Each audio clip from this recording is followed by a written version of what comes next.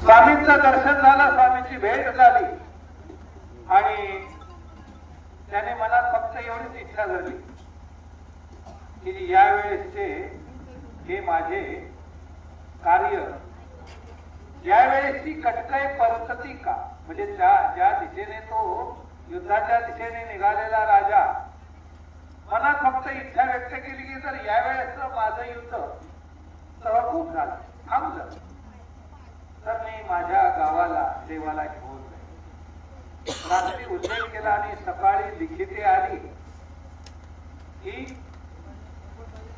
युद्ध थांबलेलं आहे, तुम्ही तुमच्या गावाला वापस जाऊ शकता. बस एकच मनातली इच्छा भगवंताने एका भक्ताची पूर्ण केली आणि रामधन राजाने सर्वज्ञ श्री कथावर स्वामींची अत्यंत आवडीपूर्वक आपल्या गावी घेऊन 10 महिने सेवा केली. आपण सर्वजण या मोक्ष मार्गाच्या दिशेने वाटचाल करत